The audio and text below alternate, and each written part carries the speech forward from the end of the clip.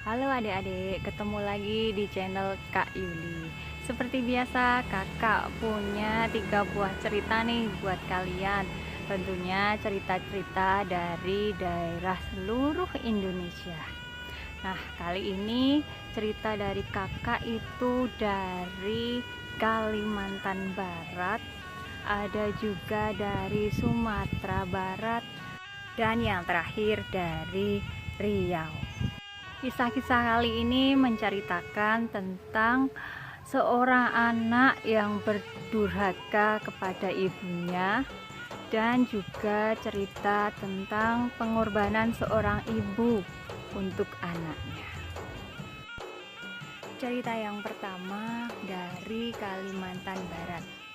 Di sana ada sebuah batu yang konon katanya dulu adalah seorang anak perempuan yang dikutuk ibunya menjadi sebuah batu. Kalau begitu langsung saja ke video yang pertama, judulnya Batu Menangis dari Kalimantan Barat.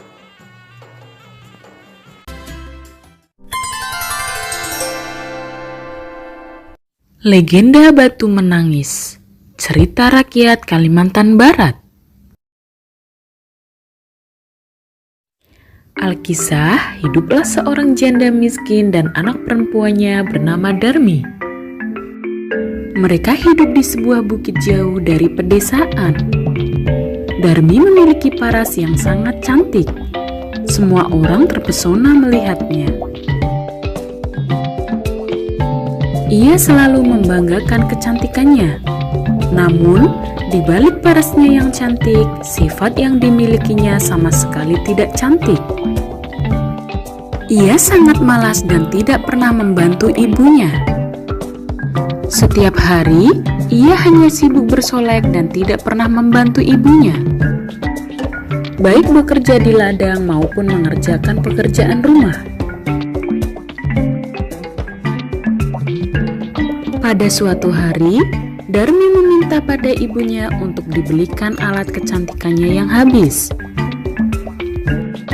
Ibunya pun tak tahu alat kecantikan seperti apa yang Darmi maksud. Akhirnya ia mengajak Darmi untuk ikut ke pasar bersamanya. Darmi sempat menolak dengan alasan ia tidak mau kulitnya menjadi hitam karena kepanasan. Tetapi dengan terpaksa, Darmi pun mau ikut dan mengajukan syarat. Syaratnya yaitu, ibunya harus berjalan di belakang Darmi. Ia tak mau orang lain melihat ibu dan Darmi berjalan beriringan. Karena rumah mereka jauh, mereka harus berjalan jauh untuk sampai ke pasar. Darmi berjalan di depan ibunya dengan mengenakan pakaian yang sangat bagus. Sedangkan ibunya berjalan di belakang Darmi dengan pakaian yang lusuh dan kotor. Saat memasuki desa, semua orang yang melihat Darmi langsung terpesona akan kecantikannya. Banyak pemuda desa yang mengagumi kecantikannya. Namun penduduk desa dibuat heran dengan orang yang berada di belakang Darmi. Salah satu dari mereka pun bertanya, siapa orang yang berjalan di belakang Darmi? Dengan sombongnya, Darmi berkata bahwa ibunya adalah seorang pembantu.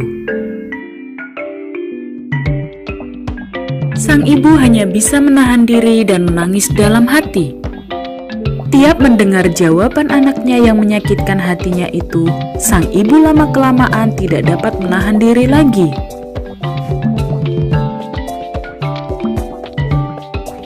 Ia bersimpuh di pinggir jalan dan menangis. Darmi yang heran mengapa ibunya berhenti, akhirnya bertanya mengapa ibunya malah duduk dan berhenti. Ibunya hanya diam, tak memberi jawaban. Tiba-tiba ibu mengangkat tangannya dan berdoa. Darmi semakin heran dengan apa yang dilakukan ibunya. Ibu tak menjawab Darmi dan meneruskan doanya. Ia berdoa agar Tuhan menghukum anaknya yang durhaka kepadanya. Tak lama setelah ibu berdoa, langit menjadi mendung, Petir datang dan mulai turun hujan. Perlahan-lahan tubuh Darmi mulai membatu. Dimulai dari kakinya yang tidak bisa digerakkan, lalu seluruh tubuhnya yang berubah menjadi batu. Darmi menangis ketakutan dan memohon ampun kepada ibunya. Ibu tidak dapat berbuat apa-apa lagi. Hukuman untuk Darmi tidak bisa dibatalkan lagi. Darmi menangis dan menyesali perbuatannya. Saat kepala Darmi belum menjadi batu, ibunya melihat Darmi menitikkan air mata. Semua orang di sana menyaksikan peristiwa tersebut. Pesan moral yang dapat kita ambil adalah kita tidak boleh durhaka kepada orang tua, terutama kepada ibu, karena ibu yang telah melahirkan kita dan merawat kita hingga tumbuh dewasa.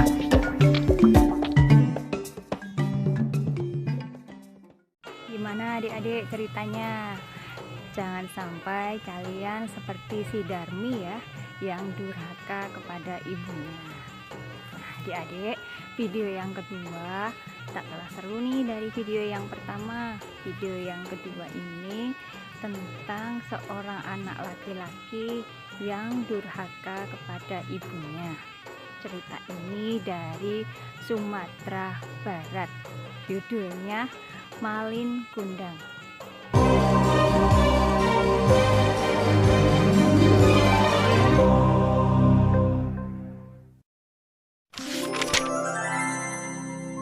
Malin Kundang.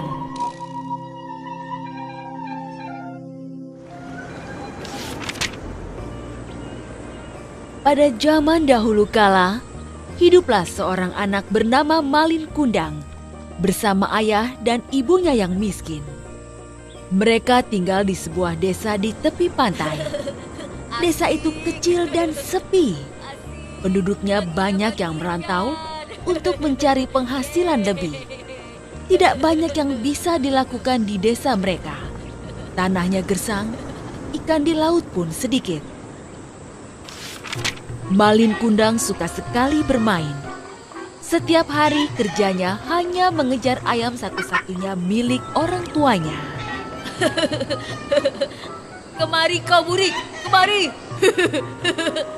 Malin kecil terus mengejar si burik. Ketika Malin Kundang berhasil menangkapnya, biasanya dia akan menyiksa ayam itu.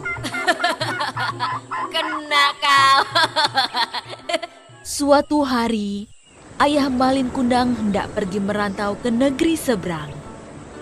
Konon katanya, negeri seberang sangat kaya dan cari uang di sana sangat mudah.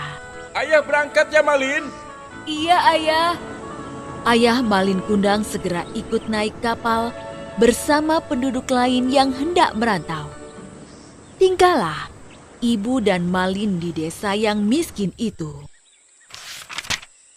Hari demi hari, tidak ada kabar dari sang ayah. Sang ibu pun bekerja lebih keras untuk mencukupi kehidupan sehari-hari mereka. Ayo, silahkan dibeli. Sementara si Malin Kundang masih saja mengejar si burik. Ketika suatu hari hendak mengejar si burik, tiba-tiba Malin Kundang terjatuh. Aduh! Aduh!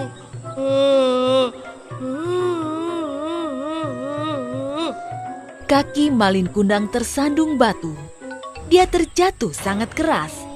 Lengannya tergores batu tajam. Lukanya cukup besar dan mengeluarkan darah.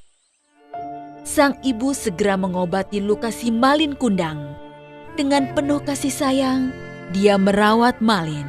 Luka ini pasti sembuh, namun bekas lukanya akan susah hilang.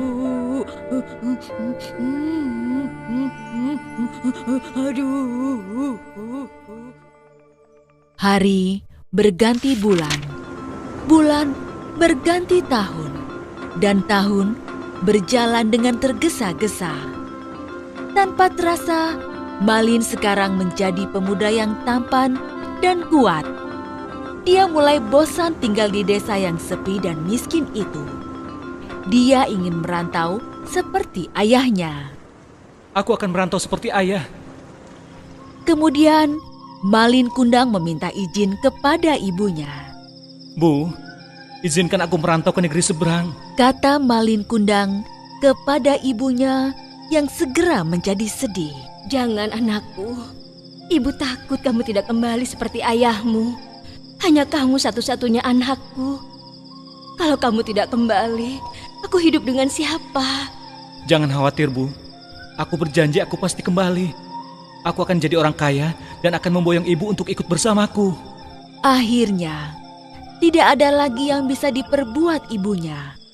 Malin Kundang bersikukuh untuk pergi. Malin Kundang menyelinap ke sebuah kapal. Dia bersembunyi di peti kayu. Sepertinya di sini aman. Kapal pun berlayar. Namun di tengah laut, kapal itu dicegat oleh bajak laut. Semua awak kapal dibunuh oleh bajak laut. Mereka merampas semua barang-barang berharga di kapal itu dan meninggalkan kapal itu terkatung-katung di laut. Kapal kita dirampok! Kapal kita dirampok! Tolong! Kapal kita dirampok! Rampok! Malin Kundang selamat karena dia sembunyi di peti. Saat dia keluar dari persembunyiannya, kapal itu sudah terdampar di sebuah pantai. Sungguh beruntung, sebab di dekat pantai itu ada sebuah desa yang subur dan kaya. Pelabuhannya besar dan ramai. Malin Kundang tersenyum meski tubuhnya lemas tidak berdaya. Di sini, aku akan mengadu nasib. Malin Kundang bekerja keras siang dan malam. Hanya satu yang ada dalam benaknya, yaitu jadi orang kaya. Tekad dan kerja kerasnya membuahkan hasil. Dia pun menjadi kaya, punya kapal besar dengan 100 awak kapal. Aku kaya! Aku kaya! Suatu hari, Malin Kundang mengajak istrinya berlayar dengan kapal mewahnya. Mereka berlabuh di pelabuhan desa kampung halaman Malin Kundang. Berita tentang suksesnya Malin Kundang pun terdengar sampai ke telinga ibunya. Apakah itu kapal si Malin anakku? Dengan hati riang, ibu yang sudah renta itu terseok-seok berjalan ke pelabuhan. Dia memang Malin Kundang. Aku yakin. Batin ibunya saat melihat Malin turun dari kapal bersama istrinya. Malin, Malin, kamu pulang, Nak. Istri Malin Kundang heran dengan seorang ibu tua yang berlari ke arah mereka sambil berteriak-teriak. Pakaiannya compang-camping, wajahnya renta dan lusuh. Siapa dia, Kanda? Apa benar dia ibumu? Malin Kundang gelisah. Dia tidak mau istrinya tahu kalau Malin Kundang berasal dari keluarga miskin. Entahlah Dinda, mungkin hanya pengemis tua yang mau minta sedekah. Ibu tua itu mendengar perkataan Malin Kundang dan berubah sedih. Masa kamu tidak mengenalku, wahai anakku? Aku ini ibumu yang membesarkanmu. Malin Kundang menjadi marah. Ibuku sudah lama mati. Jangan mengaku-ngaku wahai pengemis tua. Sang ibu menangis terseduh. Aku yakin kamulah Malin anakku. Lihatlah bekas luka di lenganmu. Hanya Malin Kundang anakku yang punya bekas luka itu. Malin Kundang makin marah. Dia menyuruh pengawalnya untuk mengusir ibu yang semakin terseduh-seduh. Ya Tuhan, jika memang dia benar anakku Malin Kundang, kukutuk dia jadi batu. Seketika petir menggelegar, padahal langit sedang cerah. Pelan-pelan Malin merasakan ada hal aneh dalam tubuhnya yang semakin kaku. Oh, ada apa dengan tubuhku? Tubuhku kaku.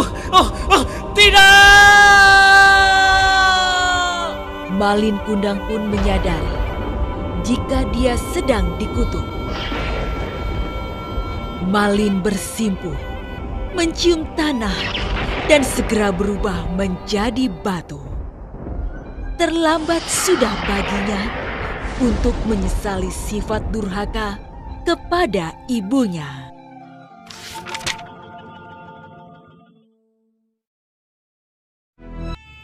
Video yang terakhir ini dari Riau. Judulnya Atu Belah, Atu Bertangkup. Cerita ini mengisahkan pengorbanan seorang ibu untuk anak-anaknya.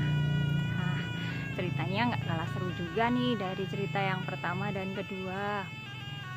Kalau begitu langsung saja yuk kita ke video yang terakhir, Atu Belah, Atu Bertangkup dari Riau.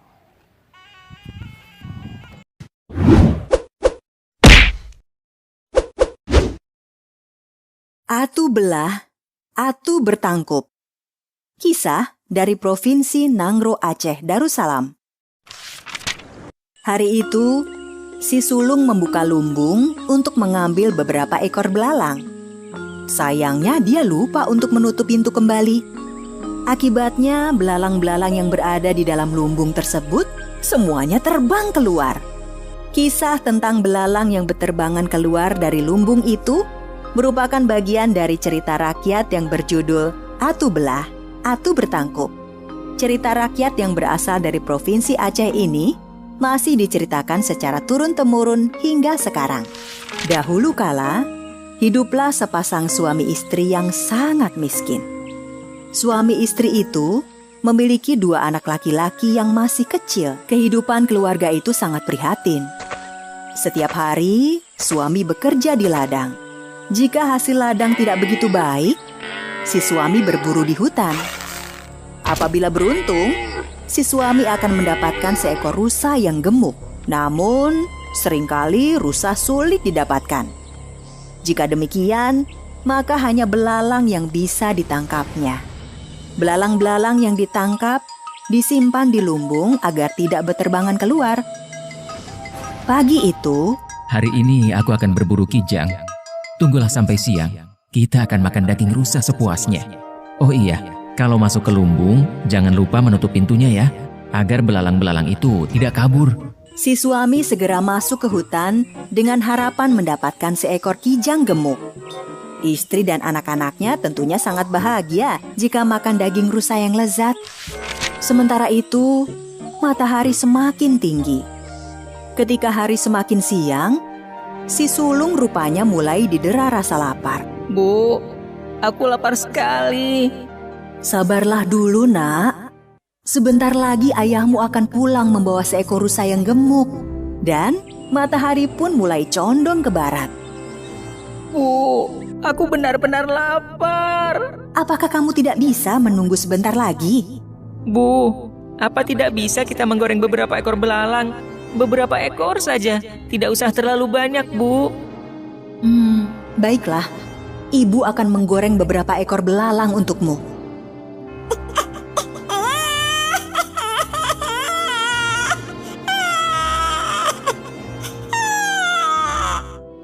Ambillah beberapa ekor belalang di lumbung.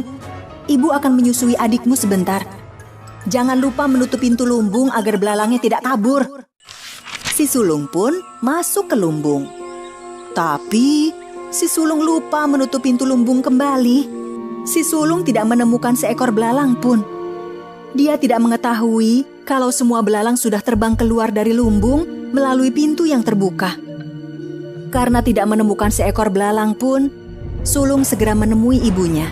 Bu, tidak ada seekor belalang pun di dalam lumbung. Apakah kamu lupa menutup pintu lumbung? Aduh, aku benar-benar lupa, Bu. Ya, sudahlah. Jika kamu sudah tidak kuat menahan lapar, hanya ada nasi tanpa lauk. Baiklah, Bu. Aku makan nasi saja tanpa lauk. Begitulah, karena tidak kuat menahan lapar, si sulung pun terpaksa memakan nasi tanpa lauk. Ketika sulung tengah makan nasi tanpa lauk, ayahnya ternyata tidak menemukan seekor hewan buruan pun. Bahkan tidak seekor belalang pun ditemuinya. Karena kelelahan, si suami pun pulang ke rumah. Bu, hari ini tidak ada seekor hewan pun yang aku temui. Bahkan juga tidak seekor belalang pun. Gorenglah beberapa belalang di lumbung untuk lauk. Tapi Bang, Tapi kenapa? aku tadi masuk ke lumbung, tetapi lupa menutup pintunya. Apa? Sudah berapa kali aku bilang agar jangan lupa menutup pintu lumbung. Aku capek-capek mencari makan untuk kita, dan kau tidak bisa menjaga apa yang sudah aku cari. Cepat, pergi dari rumah ini. Tapi Bang, Tidak ada tapi-tapian. Cepat, pergi dari rumah ini. sang istri yang sudah mengetahui tabiat suaminya itu tidak punya pilihan lain selain pergi dari rumah.